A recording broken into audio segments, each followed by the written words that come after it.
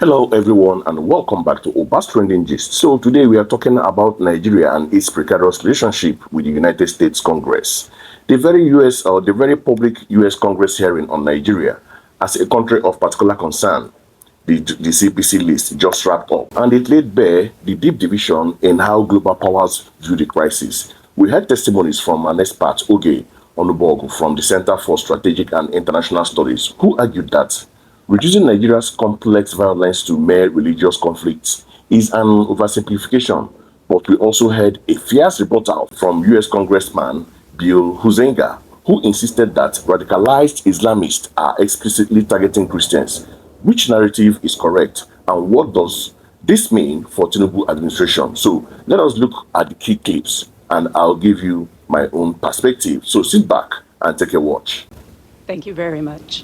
Chairman Smith, Ranking Member Jacobs, distinguished members of the committee, I'm honored to share my views before this committee today. Just want to state that CSIS does not take policy positions, so the views represented in this testimony are my own and not those of my employer.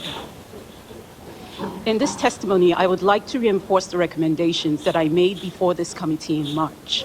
In addition, I would like to reflect on how this tenuous moment in US-Nigeria relations provide an opportunity for both countries to work together to address the critical threats of jihadist violence and insecurity in Nigeria, and to develop a more strategic partnership.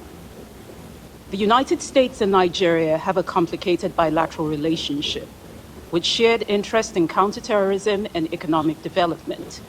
But this relationship is often marked by periods of friction. Nigeria wields significant continental and regional influence, but grapples with violent extremism and internal security.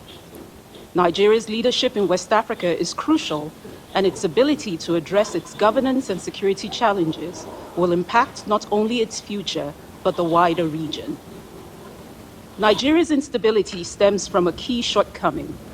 Despite 64 years of independence, it has yet to establish a national identity grounded in basic freedoms and dignity. Currently, ethnicity, religion, and language, rather than nationality, define the identity of its diverse population. Understanding the violence in Nigeria requires looking beyond its apparent religious and ethnic motivations. For me, growing up in Jos Plateau State, I've witnessed the impacts of these ongoing conflicts on vibrant communities. In addition, coming from a family involved in Christian missionary work, I recognize the shared faith between Christian communities in Nigeria's Middle Belt and those in the US, rooted in the history of American missionary efforts.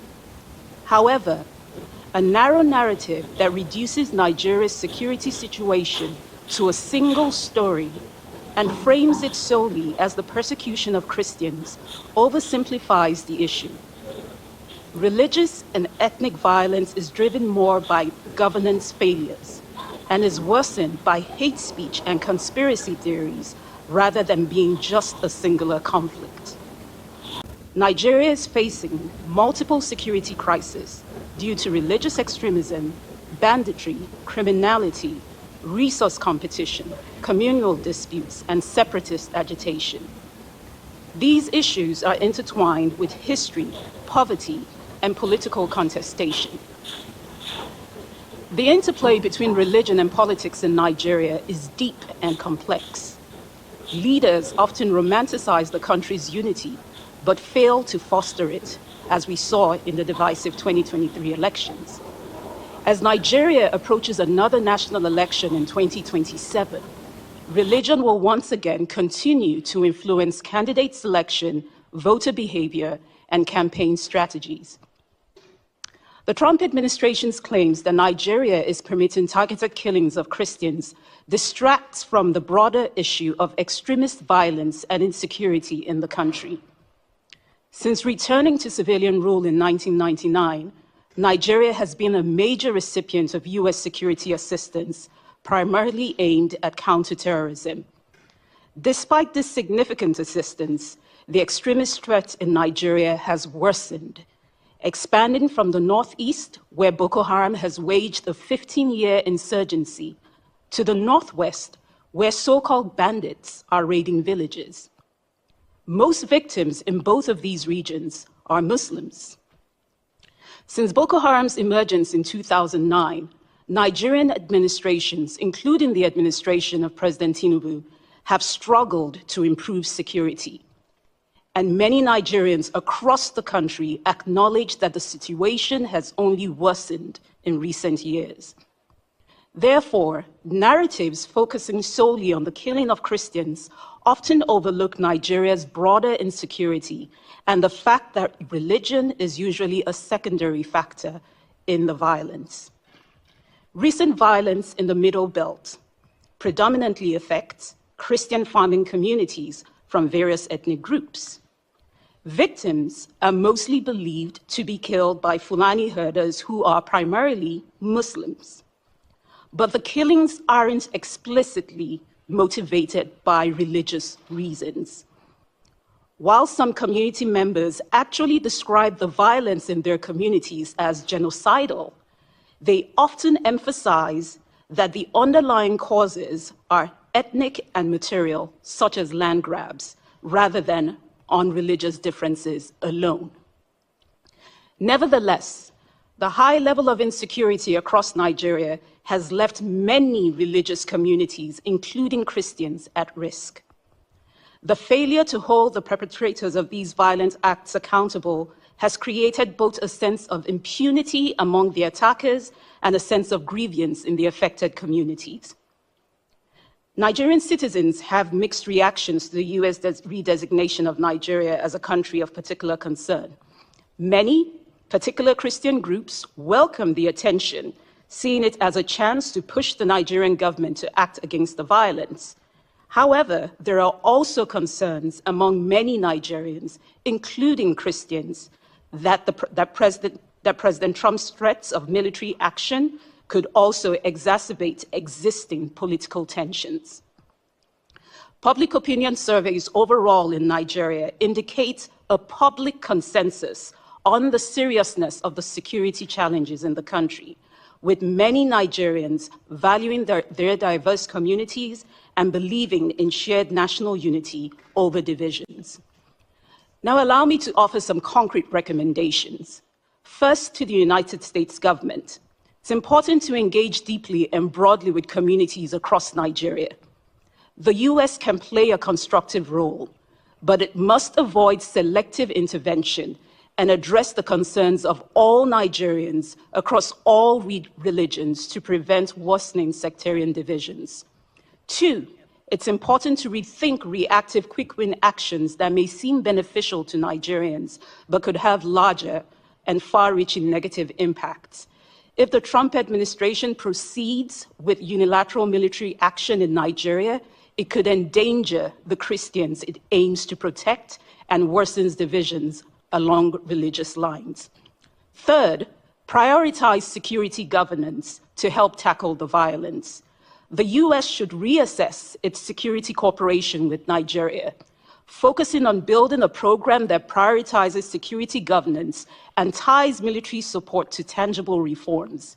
This renewed partnership should extend beyond military aid to include intelligence sharing, rule of law, and governance. 4, support local actors that are advancing inclusive peace and conflict resolution. Supporting moderate religious leaders and community networks in developing early warning systems can shift the focus from identity-based conflict to sustainable solutions. 5, work more with Nigeria's states and its growing city centers. The US government should decentralize its engagement with Nigeria by strengthening dialogue and support for receptive leaders at state and local levels, particularly in the Middle Belt, which is home to about 45 million people. The focus should be on local security to foster a safe environment for agriculture and manufacturing. This approach should integrate economic development with sustainable peace by addressing root causes of the conflict through economic revitalization, institutional reform, and business initiatives. Finally, for the US government, it is important to revive the US Congressional Bipartisan Caucus on Nigeria. The US relationship with Nigeria is a key strategic partnership in Africa, An active bipartisan congressional caucus will highlight this importance, foster discussions, and provide a platform for diverse perspectives to better inform legislative responses on various issues. Now, recommendations for the Nigerian government. It is important to appoint a Nigerian ambassador to the United States to improve its international engagement and manage narratives about its security realities.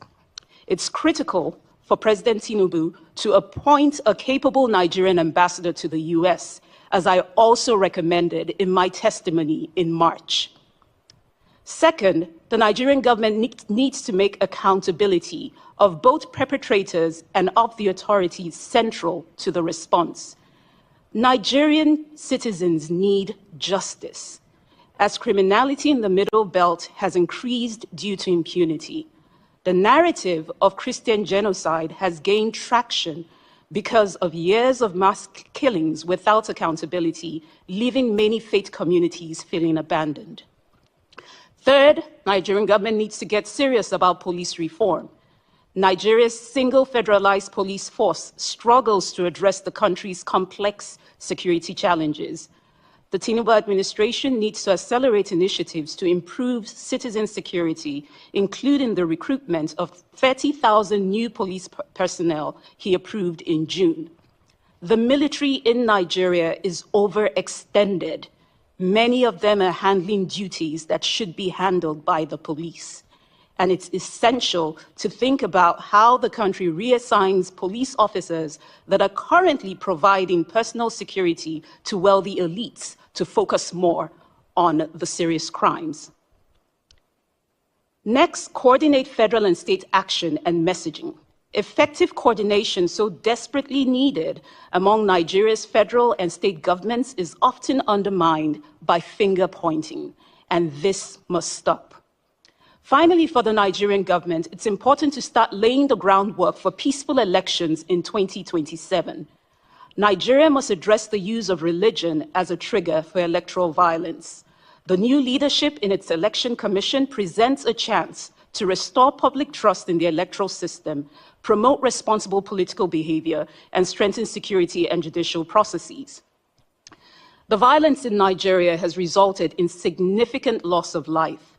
However, addressing the country's complex security issues solely in religious terms and focusing on one group of victims is counterproductive. A fresh approach is needed both for Nigeria and the United States. Nigeria must tackle its institutional weaknesses in security, justice, and conflict prevention to effectively end the violence and hold perpetrators accountable. The US should engage in open dialogue and cooperation, fostering a better understanding of Nigeria's complexities. Both countries can leverage current diplomatic tensions to strengthen their bilateral relationship and collaboratively address the wider threats of jihadist violence in Nigeria and the surrounding West Africa and Sahel region, as both nations have vital interests at stake. Thank you again for inviting me to testify, and I welcome your questions. Thank you so very much. Thank you, Chairman Smith. And I'm going to deviate a little bit from my written remarks, much to the chagrin of my staff, but I feel it needs to be addressed right from the very beginning. The simple fact is radicalized Islamists are running amok in Nigeria. They're terrorizing moderate Muslims, they're terrorizing Christians, and they are targeting Christians. That cannot be disputed. And while we see many people trying to emphasize the outside issues, lifestyle, who owns land, who is the herder, et cetera, they want to emphasize that those are the key drivers and that they're the key drivers of everything but religion. And I and many others, and I'm not just talking about those of us on this committee or Americans, I'm talking about religious leaders in Nigeria, believe religion is one of, if not the main driver of targeted violence right now. We just heard from Bishop Anagbe. A week and a half ago, I talked to President Magaji. President Magaji is the president of my own, he's the Nigerian president of my own faith sect. the Christian Reformed Church. We have 400,000, mostly from a Dutch background, 400,000 participants and members here in North America between the United States and Canada. We have 500,000 in Nigeria. We are essentially an African church that happens to be headquartered in Grand Rapids, Michigan. And I want to ask this question, because this seems to be sort of part of the central argument. Well, this isn't necessary. Well, certainly the Trump administration believed it was necessary the first go around. And I want to ask this question. Did things improve when the Biden administration removed the CPC? Thank you for your question, Representative Huizenga. And just for the record, I'm seeing a number of heads shaking no in the right behind you. And these are people that may have a little better information than what the American media is, and they're all nodding their head right now. So go ahead. Thank you for your question, Representative Huizenga. As you mentioned, violence has increased over the last several years. It was unfortunate that the Biden administration chose to remove Nigeria as a CPC in 2021 and 2022 and 2023, and President Trump's bold action to redesignate them is a wake-up call to the Nigerian government. And as you mentioned, extremist religious ideology is of course a primary motivator of these attacks. The attackers themselves use religious language. They target churches. They target Christians on holidays. Yeah, and absolutely. It was Christmas Eve of 2023 Exactly. when 200 people were murdered, killed in a church. Now, I want to ask this. So one question was, did things improve? I think the answer is no on that. Here's the question. Proportionally, do we see Christians killing Muslims in Christian areas of Nigeria the way that we are seeing radicalized Islamists killing Christians in Muslim areas of Nigeria? What I can tell you, Representative Huizenga, is that Christians are disproportionately targeted based on their population. Exactly. And by the way, for those that you can't pick up with the microphones, there's audible yeses behind you. Again, the people that are watching who are nodding their heads. Why? Because they have lived this. Their families have lived this. I went to school with kids from Nigeria.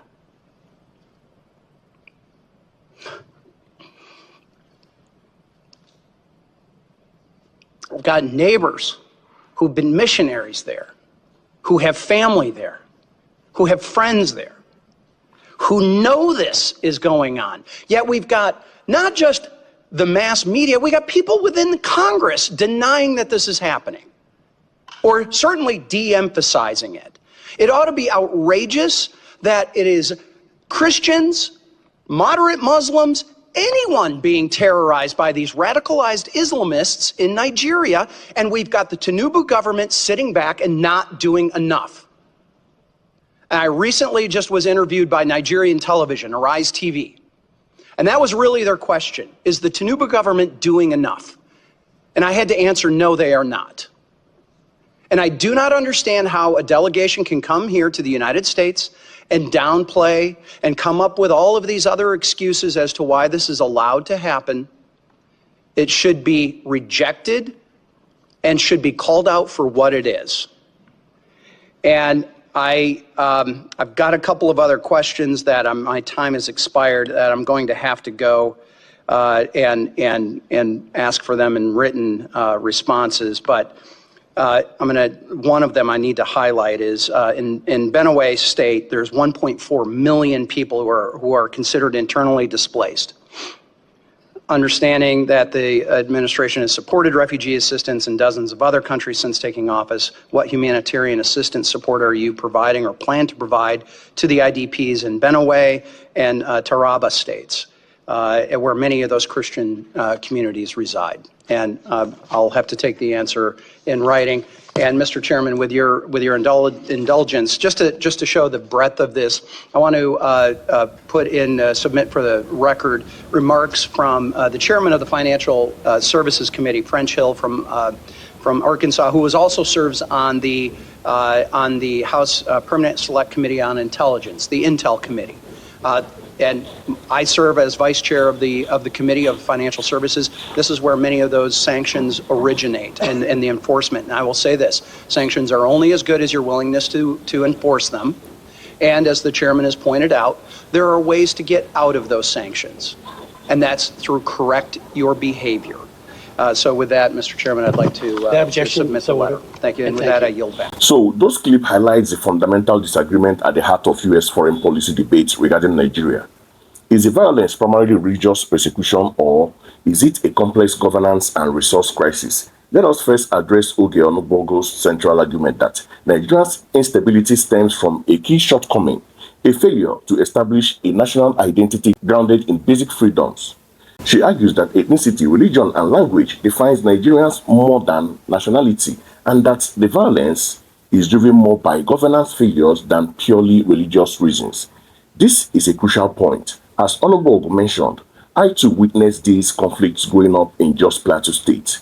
The killings are often over land grabs and resource competition exacerbated by climate change and rapid population growth. However, she rightly noted that victims in the northeast, that is Boko Haram ISWAP, and the northwest for bandits, are largely Muslims. The violence in the Middle Belt, while primarily affecting Christian farming communities, is also fundamentally about ethnic and material issues like land, which religious and ethnic leaders exploit. Now, let us look at the fierce counter-argument by Congressman Huizenga.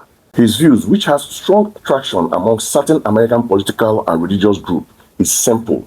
Radicalized Islamists are explicitly targeting Christians. He cited the horrific Christmas Eve in 2003 attack where 200 people were killed in a church as incontrovertible proof.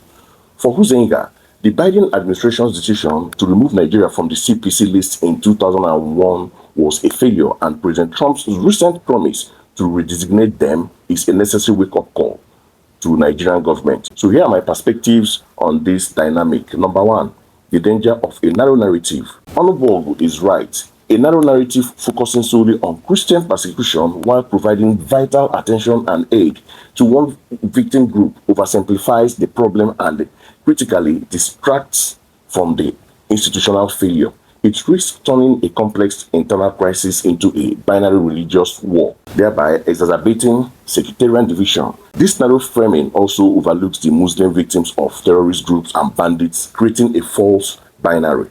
Secondly, the ineffective Nigerian government.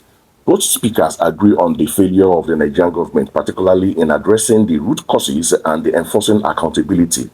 Huizenga criticized the Tinubu administration for sitting back and not doing enough. Onubogu pointed out that despite being a major recipient of U.S. security assistance since 1999, the security threat has only worsened. Why? A key part is impunity. When mass killings occur without perpetrators being held accountable, it breeds more violence and leaves victims feeling abandoned. The third one, the urgent need for governance reform.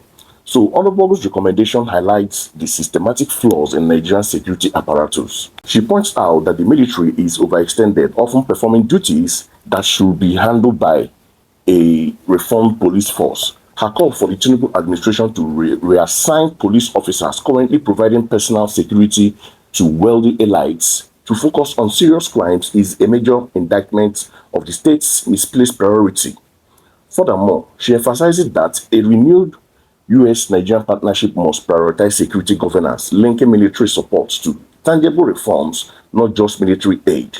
So the fourth one, that is the political time bomb of 2027.